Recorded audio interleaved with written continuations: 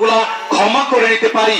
এই জন্য আল্লাহ সুবহানাহু ওয়া তাআলা 11টি মাসের পরে আপনার মাঝে আমার মাঝে বারবার তিনি রমজানকে প্রেরণ করেন, যাতে আপনার জীবনে আমার জীবনে যে পাপ রয়েছে এই পাপগুলা ক্ষমা করে নিতে পারি। তাই আল্লাহ তাআলা বলছেন, শাহর রমাদান আল্লাযী উনজিলা ফীহিল কুরআন, এই রমজান মাসে আমি কোরআনকে অবতীর্ণ করেছি যাতে করে মানুষেরা তাদের পাপগুলাকে পুড়িয়ে দিতে পারে, ক্ষমা চেয়ে নিতে পারে।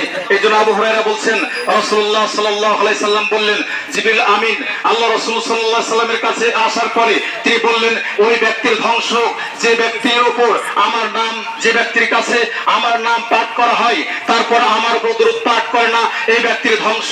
আল্লাহ রাসূল সাল্লাল্লাহু আলাইহি সাল্লাম বললেন, আমি তার ধ্বংস। এরপরে বললেন, যে ব্যক্তি রমজান মাস পেল তারপরেও তার জীবনের পাপগুলা ক্ষমা করে নিতে পারলো না, এই ব্যক্তির ধ্বংস। আল্লাহ রাসূল সাল্লাল্লাহু আলাইহি সাল্লাম বললেন, আমিন।